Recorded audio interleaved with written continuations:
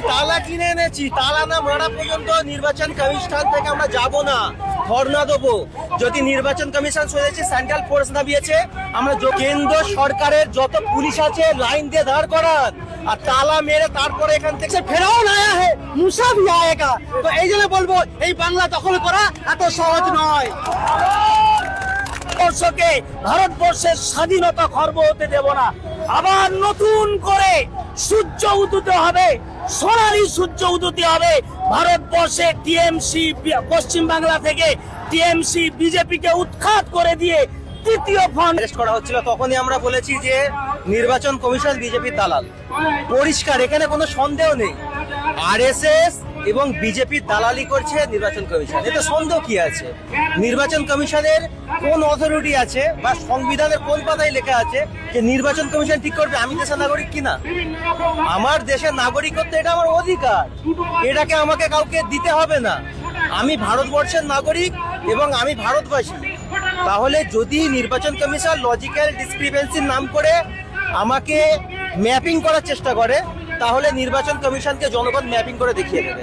এবং আজকের এই আন্দোলন থেকে আমরা ঠিক করব আগামীতে নির্বাচন কমিশন পশ্চিমবঙ্গে কিভাবে কাজ করবে। কিন্তু বিশেষ করে যেভাবে 58 লক্ষ বাদ করেছে, যতক্ষণ শুভেন্দু যে মন্তব্য করেছিল যে 1.5 কোটি বাদ যাবে, যতক্ষণ না 1.5 কোটি পুরো হবে ততক্ষণ কি আন্দোলন করে যাবে? দেখুন, শুভেন্দু অধিকারীর কথা মতোই কিন্তু পশ্চিমবঙ্গে নির্বাচন কমিশন কাজ করছে। কারণ যখন বার্তা দিয়ে ফেলেছে সেটাকে তো পূরণ করতে হবে। শুভেন্দু অধিকারী বিরোধী দলনেতা এবং এই পশ্চিমবঙ্গের গাদ্দার, যে এই পশ্চিমবঙ্গকে ইউপি বিহারের যে নেতা আছে তাদের হাতে তুলে দিতে যাচ্ছে। অমিত শাহ, নরেন্দ্র মোদী, জেপি নাড্ডা, এরা বাংলা সংস্কৃতি সম্বন্ধে কি বোঝে আপনি বলুন তো? আপনারা তো মিডিয়া, আপনারা কভারেজ করেছিলেন বিশ্ব ইস্তেমা, তাহলে বিশ্ব ইস্তেমার সম্প্রীতি সারা পশ্চিমবঙ্গে ছড়িয়ে পড়েছে। আর 2026-এ এই নরেন্দ্র মোদীর যারা এখানে চেলা চামুন্ডা রয়েছে, যেমন অর্জুন সিং, যেমন রয়েছে তোমার শুভেন্দু অধিকারী, এদের টিকিও খুঁজে পাওয়া যাবে না। 2026-এর পর এই টাকলা কৌস্তব বাগচি, এদেরকে আপনারা দেখতেই পাবেন না যে এরা কোন বানের জলে ভেসে গেল, সেটা মানুষ খুঁজে পাবে।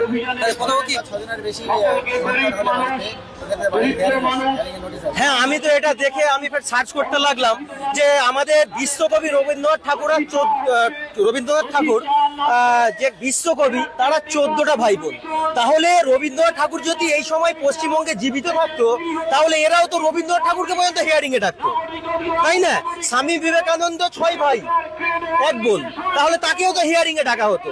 আসলে মানে পরিকল্পিত চক্রান্ত। এরা জানে মুসলিম সমাজদের 2টোর অধিক 4টের অধিক এদের ছেলে মেয়ে আছে, এই একটা কায়দা করে একটা ম্যাপিং করা হোক যার নাম দেবো লজিক্যাল ডিসক্রিপেন্সি।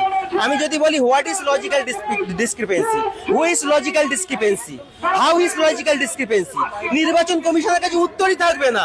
কারণ দালালদের কাছে শুধুমাত্র একটাই টনিক আছে যে বিজেপি যেটা বলবে আমি সেটা করব। আর বিজেপির কথা শুনে পশ্চিমবঙ্গে যদি গণেশ কুমার যদি কাজ করে, আগামী দিনে পশ্চিমবঙ্গে থাকা দায়ী করে দেবে বাংলার জনগণ। কোথাও কি 26-এর ভোট আটকানোর চেষ্টা করছে কি তারা? 26-এর ভোট নির্বাচন কমিশনকে দিয়ে 26-এর ভোট করানোর পরিপূরক চক্রান্ত করছে বিজেপি সরকার, যাতে 2 কোটি মুসলিম ভোট কমে গেলে বিজেপিকে সহজে এই পশ্চিমবঙ্গেতে আনা যায়। আপনি বলুন, এই পশ্চিমবঙ্গ বিদ্রোহী মাটি, এই পশ্চিমবঙ্গ সম্প্রীতির মাটি। আর বিজেপি যদি মনে করে বিহারের মতো কায়দা করে এই পশ্চিমবঙ্গে সরকারে আসবে, তাহলে 2021-এ যে আপকি বার 200 পার, সেটা পশ্চিমবঙ্গে জনগণ দেখিয়েছিল। এরপরে যে ট্রেলার চালু হয়েছে, ট্রেসার চালু হয়েছে, অরিজিনাল পিকচার 2026-এ বিজেপি দেখবে।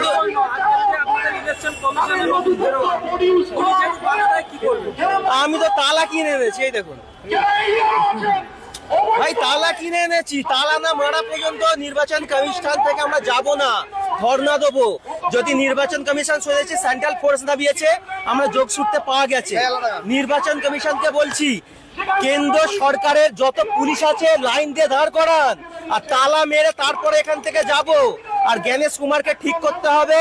পশ্চিমবঙ্গের লজিক্যাল ডিসক্রিপেন্সির নামে যে ঘোটালা করা চক্রান্ত করছে, সেই চক্রান্ত যদি সে বহিষ্কার না করেছে, তার কথাকে তা ফিরিয়ে না নিয়েছে, তার আইনকে সে প্রত্যাহার না করেছে, তাহলে জ্ঞানেশ কুমারের একটাও জ্ঞান বাকি থাকবে না, এই পশ্চিমবঙ্গের জনগণ বুঝিয়ে দেবে। রাজ্য সরকার তিনি সবসময় বলেন সংখ্যালঘুদের মানব দরদি, তাহলে আজকে সংখ্যালঘুদের যেভাবে হেনস্থা স্বীকার করা হচ্ছে তিনি কেন প্রতিবাদ করছেন না? ভাই রাজ্য সরকার বলছে পশ্চিমবঙ্গের সংখ্যালঘুদের তারা নাকি মাসিহা। ওয়াকাফ আন্দোলনে কোথায় ছিল? ওয়াকাফ আন্দোলনে কোথায় ছিল যখন এসআইআর চালু হচ্ছিল? এবং বারবার এই বাংলার মাটিতে বিজেপি দাপিয়ে বেড়াচ্ছে এবং গরুর নাম করে দুর্গাপুরের মতো বর্ধমানের জায়গাতে সেখানে পিটিয়ে মারা হচ্ছে। রাজ্য সরকার নীরব দর্শক হয়ে দেখছে। তো রাজ্য সরকার আমাদের মাসিয়া না, আমাদের মাসিয়া কেউ না, আমাদের একটাই নেতা হযরত মুহাম্মদ সাল্লাল্লাহু আলাইহি সাল্লাম, এখানে কোনো সন্দেহ নেই। আর মুসলিমরা কোনো নেতাকে অনুসরণ করে না, আমাদের একটাই নেতা, সেটা হচ্ছে হযরত মুহাম্মদ সাল্লাল্লাহু আলাইহি সাল্লাম। আল্লাহর রসুলের নীতি আমরা জীবনে ধারাবাহিকভাবে চালিয়ে আসছি এবং আগামী দিনেও চালিয়ে যাবো ইনশাআল্লাহ। এই আন্দোলনের মাটি, এই বাংলার মাটিকে দখল করা অত সহজ নয়। তাই আমি বলবো कुछ देर की खामोशी है, फिर एक आवाज उठेगा और आज जालिमों का दौर है, कल मजलूमों का दौर आएगा। जैसे फिरौन आया है, मूसा भी आएगा। तो এই জন্য বলবো এই বাংলা দখল করা এত সহজ নয়।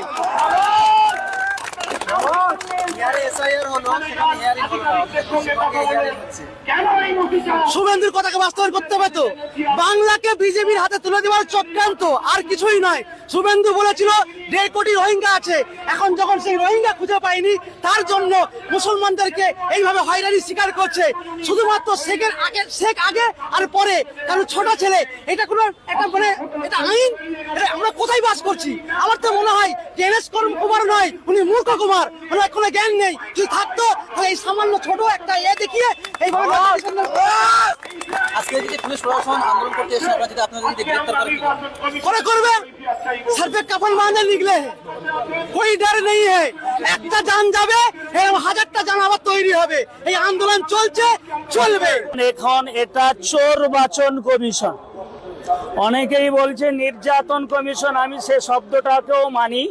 এই নির্যাতন শুরু করেছে এবং চোর বাচন শুরু করেছে, চুরি করে বিজেপি সরকারকে বাংলায় তার মসনদ দখল করিয়ে দেওয়ার জন্য চুরি করার একটা প্রয়াস চালানো হচ্ছে।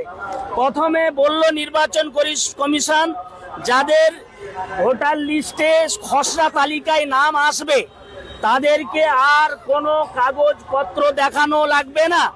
তারপরে প্রতিদিন নতুন নতুন করে ফরমান জারি করছে। ফরমান জারি করে বলছে লজিক্যাল ডিসক্রিপেন্সি বলে যে শব্দ ব্যবহার করে প্রত্যেকটা মুসলিম অধ্যুষিত বুথগুলিতে যেখানে 800 ভোট আছে 700 হিয়ারিং নোটিশ, যেখানে 1200 ভোট আছে 800 হিয়ারিং নোটিশ। পাশের বুথে হিন্দু অধ্যুষিত এরিয়ায় যেখানে 900 ভোট আছে 13টা মাত্র হিয়ারিং নোটিশ। এটা কিসের স্বার্থে? তার মাত্রে বোঝা যায় পশ্চিম বাংলার মুসলমানদের ভোটার অধিকার ছিনিয়ে নিয়ে বিজেপি আরএসএস মদতপুষ্ট বিজেপিকে বাংলার রাজত্ব সঁপে দিতে চাইছে। এটা কোনোদিন হতে পারে না। আমি মমতা ব্যানার্জিকে বলতে চাই, রাজ্য সরকার আপনারা কি তলে তলে বিজেপির সঙ্গে আপনারা কি সব গাছ সাট বেঁধে নেমেছেন? মমতা ব্যানার্জিকে বলতে চাই, আপনি কেন সর্বদলীয় বৈঠক ডাকছেন না? আপনি মুসলিমদের ভোট নিয়ে মুখ্যমন্ত্রী হয়েছেন। পশ্চিম বাংলায় কত আপনার এইভাবে ধর্মীয় সংগঠন আছে, সামাজিক সংগঠন আছে, সমস্ত এনজিও আছে। ধর্মীয় সামাজিক এনজিও সংগঠনকে নিয়ে আপনি কেন বৈঠকে বসছেন না? সর্বদলীয় বৈঠক করছেন না কেন? তার মানে বিজেপির ভয় দেখিয়ে আপনি আপনার ভোট বৈতরণী পার করতে চান। আমরা জান দেব, মাল দেব, বুকের তাজা রক্ত দেব, ভারতবর্ষকে, ভারতবর্ষের স্বাধীনতা খর্ব হতে দেব না। আবার নতুন করে সূর্য উদিত হবে, সোনালী সূর্য উদিত হবে। ভারতবর্ষে টিএমসি, পশ্চিম বাংলা থেকে টিএমসি বিজেপিকে উৎখাত করে দিয়ে তৃতীয় ফ্রন্ট শুরু করে আমরা এই বৈষম্যমূলক নীতির বিরুদ্ধে। এবং আজকে যে আমাদের প্রোগ্রাম হচ্ছে আপনার ইলেকশন কমিশন ঘেরাও, ইলেকশন কমিশন যেভাবে করে আজকে আমাদেরকে ডিভোটার করার চেষ্টা করছে। আমরা তৌহিদি জনতার পক্ষ থেকে তালা নিয়ে এসেছি, তালা। নির্বাচন কমিশনে আজ তালা ঝুলানো হবে ইনশাল্লাহ।